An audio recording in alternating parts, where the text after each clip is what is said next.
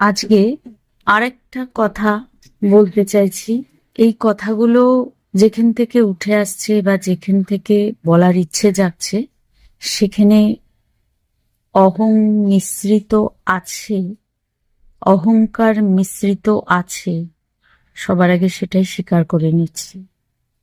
কারণ অহংকার ছাড়া মানুষ কোনো কথাই বলে না, কোনো কিছু করে না। মানুষের নড়ে চড়ে বসা শুধু নয়, এই জগতের সমস্ত কম্পনই অহংকার হেতু, তা কিছুটা জেনে বা না জেনে। তাই কিছু যখন বলছি, তা অবশ্যই অহংকারের বশেই বলছি। এই কথাটা আমাদের ভুলে যাওয়া উচিত না। আমাদের গুরুরা যখন আমাদের উপদেশ দেন আমাদের ভালোর জন্য, সেখানেও অহংকার আছে। তবে তা আমাদের এই সামাজিক দৃষ্টিকোণ থেকে শুদ্ধ অহংকার বলেই সেটাকে ধরে নিতে চাই। কিন্তু তা অহংকারই বটে। অহংকার যখন কোনো সমাজের কল্যাণে কিছু করে বা বলে, তখন সেটাকে আমরা শুদ্ধ অহংকার রূপেই জেনে থাকি। আমরা হয়তো সেটাকে ভাবি না যে সেখানে কোনো অহংকার আছে। আমরা সারা জীবন মনে করেছি মহাপুরুষদের বাণী, মহাপুরুষদের ওঠা বসা চলা ফেরা সমস্ত কিছু নিরহংকার।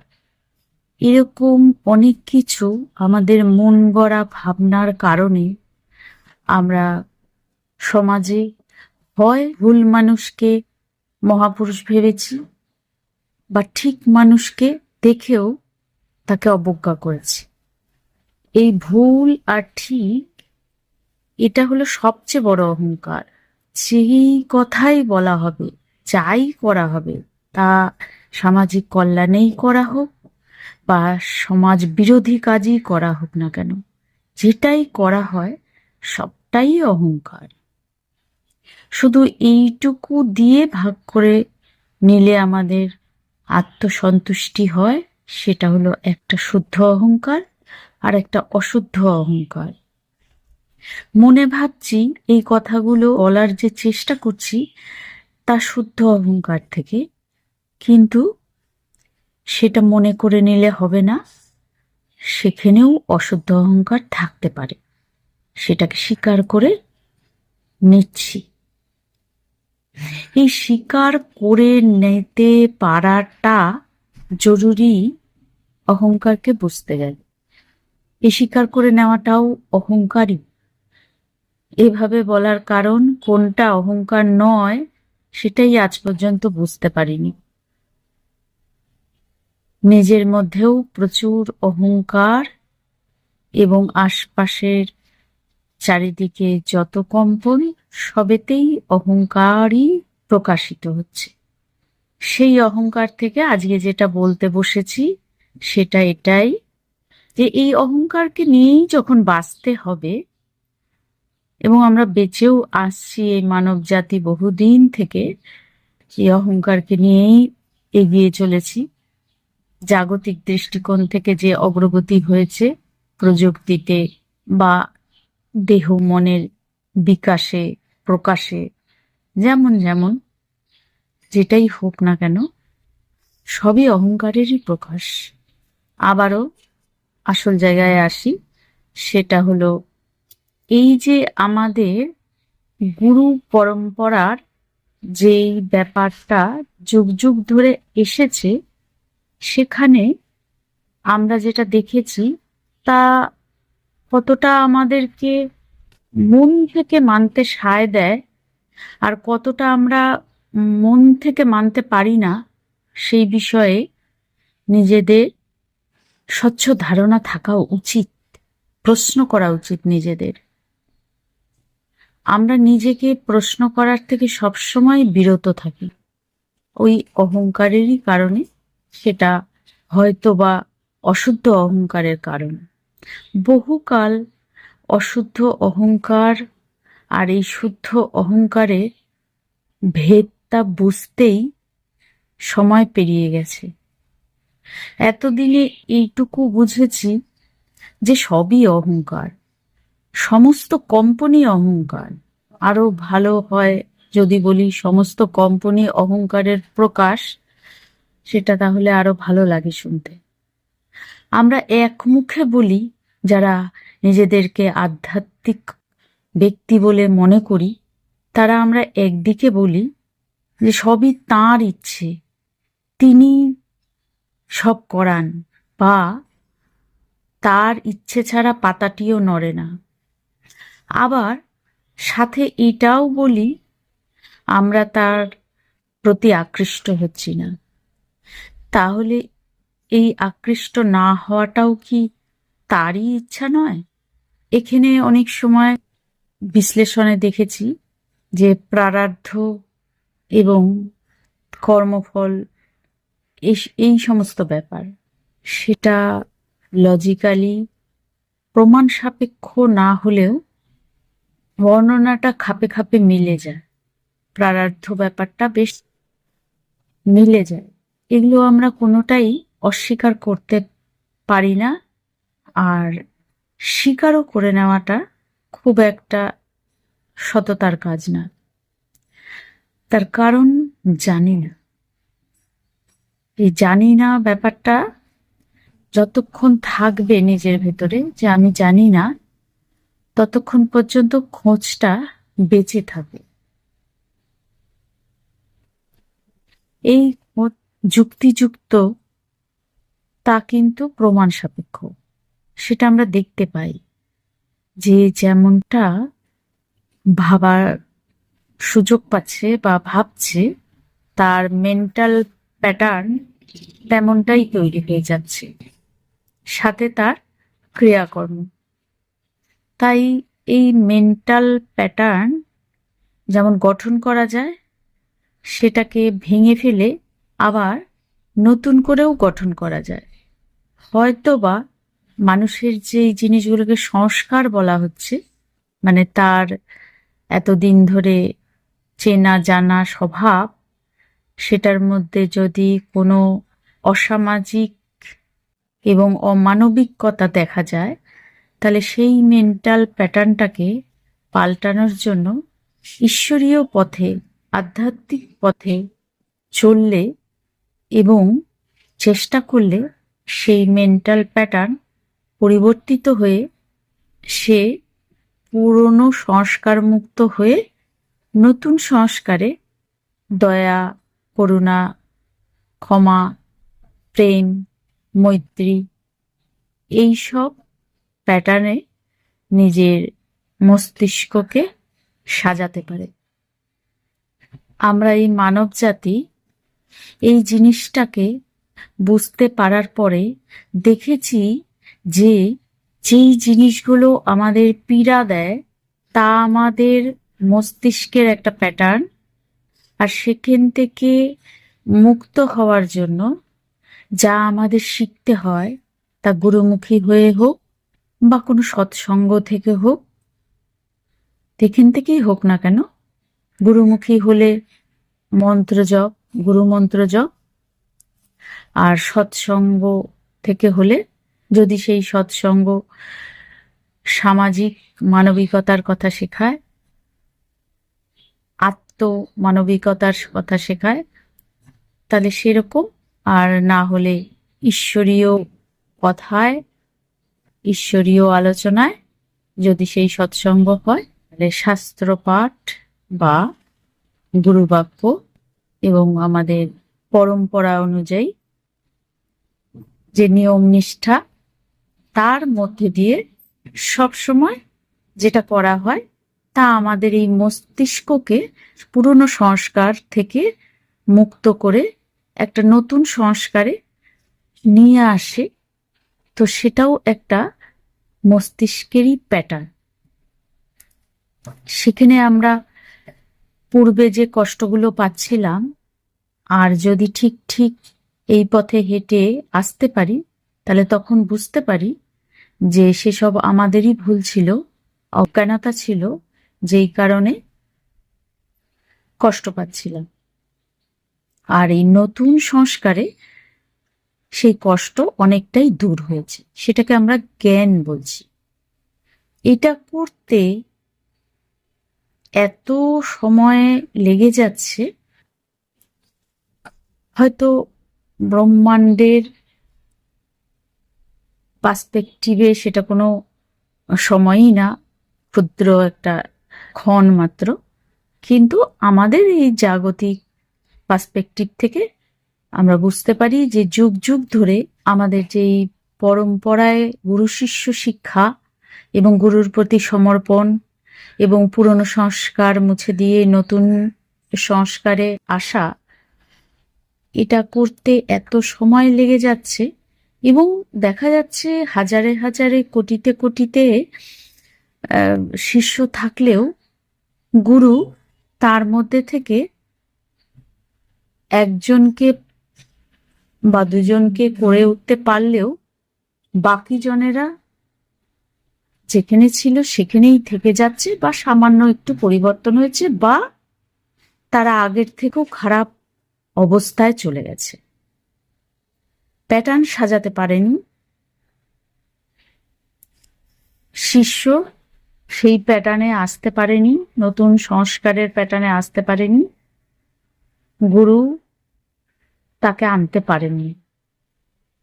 সেখানে সদ্গুরু বা ভেগধারী গুরু যেই হন না কেন, সদ্গুরুও যে পারেন না তার জন্য প্রমাণ দেওয়ার কিছু নেই। কারণ আমরা দেখেছি আমাদের মহাজনেরা বা আমাদের যে পরম গুরুরা ছিলেন বা আছেন, তারা কিন্তু এই হাজার হাজার শিষ্যকে কখনো পারেননি। সুতরাং শিষ্য উপযুক্ত হলেই গুরুর পক্ষে সেটা সম্ভব। শিষ্য উপযুক্ত না হলে গুরু সদ্গুরু হলেও পারেন না। সুতরাং এখান থেকে এটা তো একদম পরিষ্কার যে শিষ্যকেই উপযুক্ত হতে হবে। আর এই গুরু শিষ্য পরম্পরা এত স্লো প্রসেস, যে কারণে বহু যুগ ধরে এ চলে আসছে, কিন্তু তেমন ভাবে সাড়া জাগাতে পারছে না। ভগবান বুদ্ধের সময় যতটা সাড়া জেগেছিল, একটা আমূল পরিবর্তন এসেছিল, সেই পরিবর্তনটা আবার উনি চলে যাওয়ার পরে আস্তে আস্তে ধীরে ধীরে সেটা আবার নষ্টের দিকেও যায়। কারণ যা ভুলভ্রান্তি হচ্ছে সেটা দেখানোর মতো আবার তিনি নেই।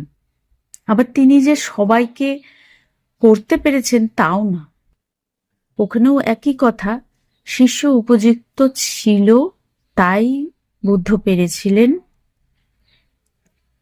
আরও একটা কথা, এই প্রসেসটা এত স্লো কেন, বা অনেক বেশি জনকে অন্তর্মুখী করতে পারার পক্ষে খুব ঢিলে, তার কারণ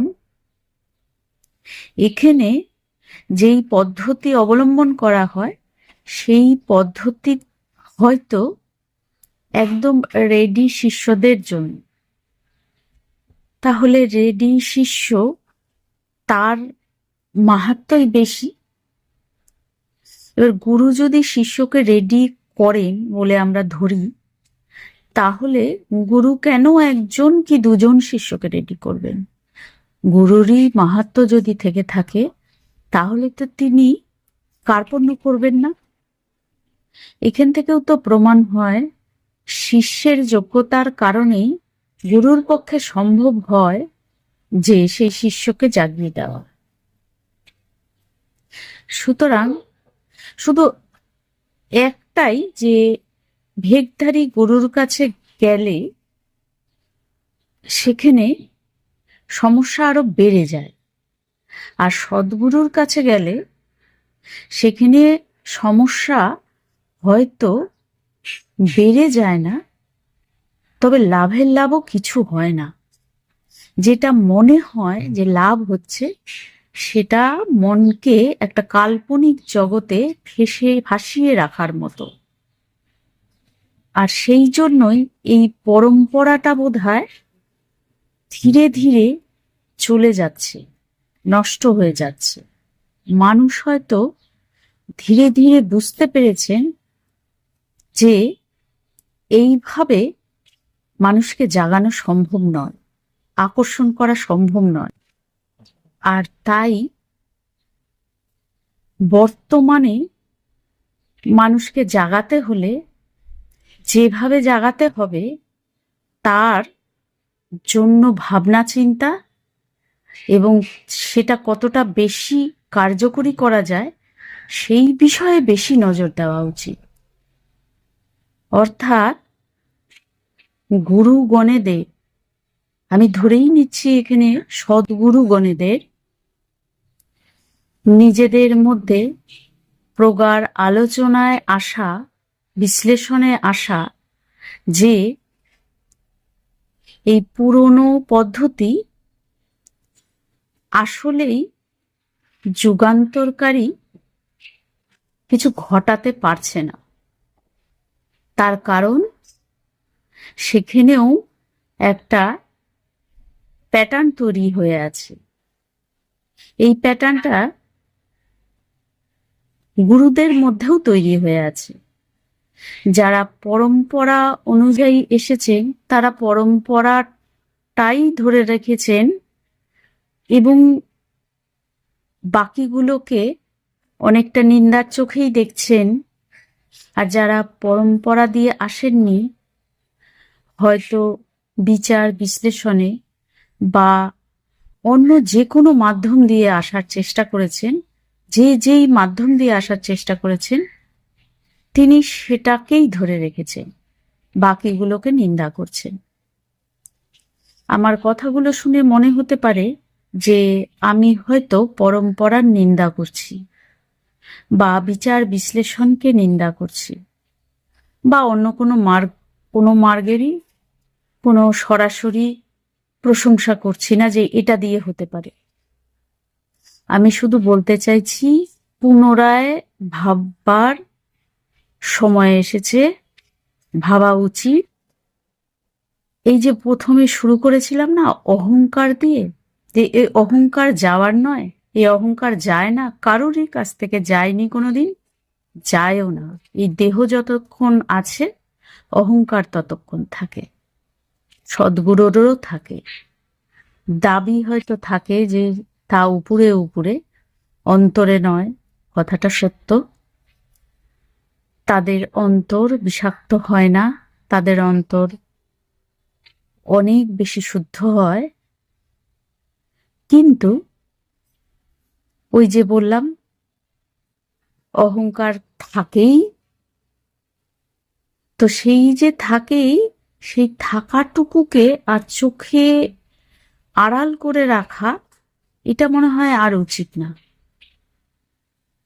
ওই থেকে যাওয়া অহংকারটাকে কাজে লাগিয়ে একটা সার তৈরি করা উচিত। অস্বীকার না করে যে আমারও অহংকার আছে, এই কথাটাকে অস্বীকার না করে ওই অহংকারটাকে কিভাবে, অহংকার দিয়েই অহংকার করেই অহংকারের কাজ হবে অহংকারকে শুদ্ধ অহংকারে পরিণত করা। অহংকার যাবে না, যায়নি, কখনো যায়নি।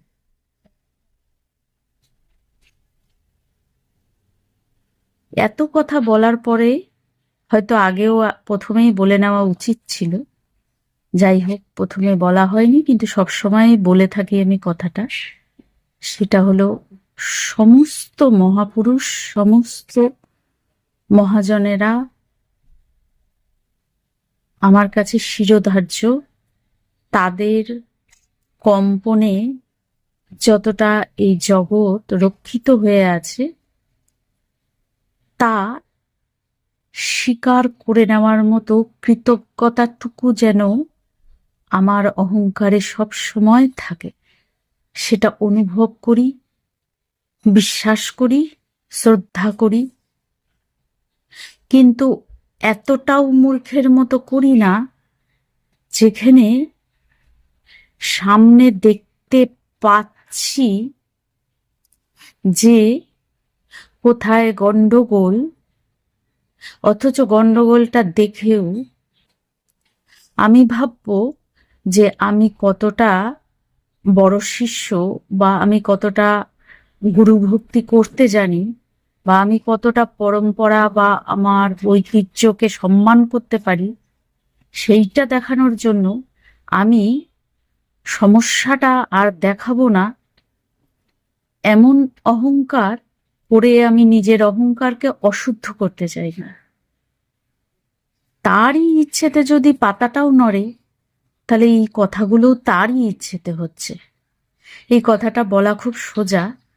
অনেকেই ভাবতে পারেন যে যখন ভালো কিছু হচ্ছে তখন ভাববো যে তার ইচ্ছেতে হচ্ছে, আর যখন খারাপ কিছু হচ্ছে তখনও ভাববো তারই ইচ্ছেতে হচ্ছে, তবেই গিয়ে আমি ঠিক। হ্যাঁ, তাই। ভালোটাও আমার তারই ইচ্ছেতে হচ্ছে, আর খারাপটাও আমার তারই ইচ্ছেতে হচ্ছে। বলাটাও আমার তারই ইচ্ছেতে হচ্ছে, আর এই সব কথা বলাতে যদি কোনো অপরাধ হয় তাহলে সেটা তারই ইচ্ছেতে হচ্ছে। আর যদি এই কথাগুলো বলে কোনো উপকার হয় তাহলে তাও তারই ইচ্ছেতে হচ্ছে। কিন্তু বলার এই যে তাগিদটা, এই যে সমস্যাটা দেখা গেল, দেখানো হলো বলে মনে হচ্ছে, তো সেটাকেই তুলে ধরা। আমাদের সবকিছুই একটা মস্তিষ্কের প্যাটার্ন তৈরি হয়ে যাচ্ছে, হয় শুদ্ধভাবে, মানে সামাজিক দৃষ্টিকোণ থেকে তা হয় শুদ্ধভাবে, নয় অশুদ্ধভাবে। এবার সেই শুদ্ধতা আর অশুদ্ধতার জালে ফেসে যাচ্ছি আমরা তথাকথিত সাধারণ মানুষ। আমরা দিশা পাচ্ছি না, আমাদের কাছে স্পষ্টতা নেই, সদ্গুরুর কাছ থেকেও আমরা স্পষ্টতা পাচ্ছি না, আর হেকধারী গুরুর কাছে তো পাবই না, সেটা তো অত্যন্তই স্বাভাবিক। তাই একটা প্রার্থনা, একটা অনুরোধ, আর একটা শুদ্ধ ইচ্ছে যে একবার ভাবা হোক এই পরম্পরার পরিবর্তনে কিছু নতুনত্ব আসুক। পরম্পরার কঠোরতায় যতটা না কার্যকারিতা আছে, তার চেয়ে বেশি অহংকার প্রকাশিত হয়। যেমন আগে ভারতবর্ষের ছোট ছোট বাচ্চা মেয়েদের শাড়ি পরানো হতো। বিশেষ করে আমরা দেখেছি এই পশ্চিমবঙ্গে ছোট ছোট বাল্য বিধবা এদের, তারপরে হয়তো 5 বছরের একটি বাচ্চা মেয়ে, 7 বছরের বাচ্চা মেয়ে, সে শাড়ি পরে রয়েছে। একজন পুরুষ ব্যবসা করছে, বাণিজ্য করছে, বা চাকরি করছে, বা বাইরে পরিশ্রমের যে কোনো কাজই করছে, ধুতি পরে কষ্ট হচ্ছে, কষ্ট হয়েছে, তখন টের পাওয়া যায়নি কারণ তখন উপায় ছিল না। কিন্তু এখন কিন্তু কেউ ছোট বাচ্চাকে শাড়ি পরিয়ে দিচ্ছে না, বা পুরুষরা ছোটাছুটি করে কাজ করার সময় ধুতি পরে কাজ করছে না। যুগ উপযোগী ব্যবস্থা নেওয়া হয়েছে। বা আগে নারীদেরকে বেশি বাইরে বেরোতে দিত না, বা পড়াশোনা শেখার ব্যাপারে ঢিলেমি ছিল। এখন কিন্তু যদি শুনি অমুক বাড়ির মেয়েটি স্কুলে ভর্তি হয়নি, তাকে পড়াশোনা শেখানো হয় না, তাহলে কিন্তু সেটা খুব নিন্দনীয় এবং অসামাজিক বলে ধরা হয়। তাহলে যুগের সাথে পরিবর্তন হয়েছে, তাই না? এরকম অনেক উদাহরণ দেওয়া যায়, দরকার নেই অত কথা বাড়িয়ে। তাহলে যুগের সাথে সমস্ত কিছুর পরিবর্তন হচ্ছে, আর যুগের কারণে আমাদের জাগরণের পথটাও কেন নতুন করে চিন্তা ভাবনা করে কার্যকরী করা যাবে না? আসল কথা তো কার্যকরী কথা করা নিয়ে কথা, কিসে কার্যকরী হয় সেটাই বড় কথা।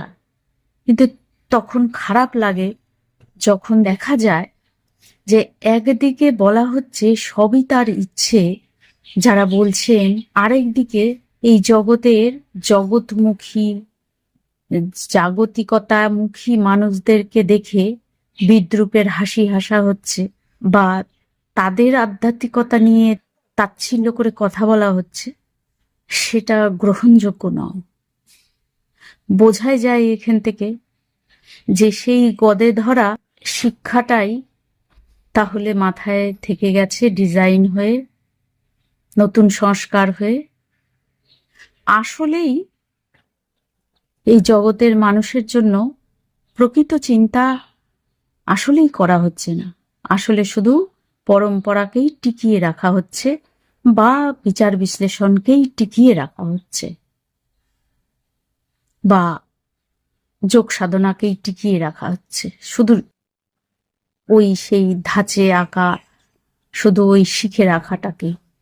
প্র্যাকটিক্যালি সবার দুঃখ, সবার কষ্টটা আসলে কিসে যাবে, নিজেকেও সেই জায়গাটায় একবার বসিয়ে ভেবে নিলে মনে হয় পরিবর্তন আসা সম্ভব।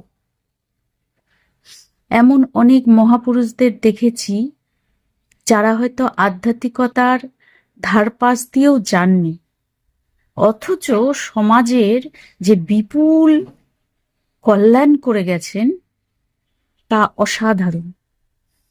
এখানে অবশ্যই সবাই স্বীকার করবেন যে তাঁরই ইচ্ছেতে হয়েছে, অবশ্যই তাই।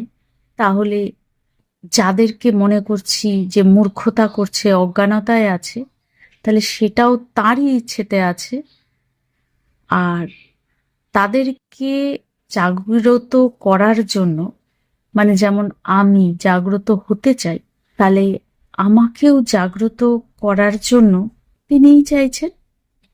এই আমি তুমি প্রভেদটা ব্যবহারিক জীবনে ব্যবহার হয়। সদ্গুরুরা জানেন যে এই আমি তুমি বলে কোনো প্রভেদ নেই, এটাই তারা আমাদের শেখাতে চান। আর সেই শেখানোর পদ্ধতিটা নিয়ে আমি আজকে এই কথাগুলো বললাম। সেই পদ্ধতিটা আরো বন্ধুত্ব সুলভ হোক। ভগবান বুদ্ধ বলেছিলেন আমি মৈত্রীর উপায়ে আসব। আমার মনে হয় উনি অনেক দূরদৃষ্টিতা থেকে কথাটা বলেছিলেন যে এই যুগের জন্য মৈত্রী তাই যুগের আবহাওয়াকে বদলে দিতে পারে। সুতরাং গুরু যদি বন্ধু না হয়, এই যুগের জন্য খুবই কষ্টদায়ক এবং দুঃখজনক। গুরু বন্ধু এ কথা সত্য, কিন্তু তা ভাবে ভাবে প্রকাশেও আনতে হবে। ওই পরম্পরার কঠোরতা দিয়ে এ যুগে সম্ভব হবে না, হয়নি এতদিনে, আগামীতেও হবে না। ওই কথাই শেষ পর্যন্ত বলতে হবে, হাজারে লক্ষে কোটিতে একজন দুজনের শান্তি মেলে। সেটা খুব একটা গৌরবের কথা নয়, সেই জন্য সেই কথাটাই সবচেয়ে বড় অপছন্দের কথা। হয়তো তারই ইচ্ছেতেই অপছন্দটা হচ্ছে। কথাটা হওয়া উচিত হাজারে লক্ষে কোটিতে একজন দুজনের হয় না। এই রকম ধনাত্মক ভাব ইচ্ছে থেকে এগিয়ে যাওয়া সম্ভব হবে ঋণাত্মককে ছাপিয়ে যাওয়ার জন্য। ধনাত্মক ঋণাত্মকই এই জগতের মূল চাবিকাঠি, কিন্তু আমরা ম্যাথামেটিক্সে জানি প্লাসে প্লাসে প্লাস হয়।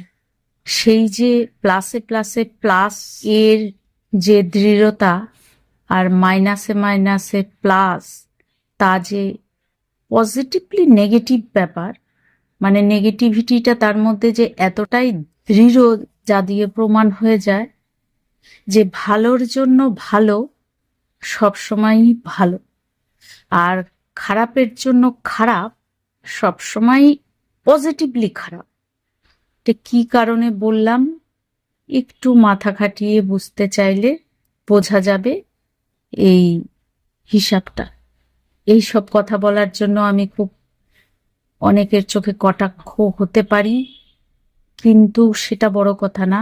বড় কথা এটাই, আমাদের জাগরণের জন্য যে বা যারা পূর্বে, বর্তমানে এবং ভবিষ্যতে এসেছেন এই ধরাধামে, তাদের সকলের প্রতি অগাধ শ্রদ্ধা রেখে এই প্রার্থনা বিচার বিশ্লেষণের মধ্যে দিয়ে প্রকাশ করলাম বা করা হলো। বিচার বিশ্লেষণ ছাড়া আমি দেখিনি কাউকে কোনো উপদেশ দিতে। সুতরাং বিচার বিশ্লেষণ আমার শিরোধার্য। প্রণাম।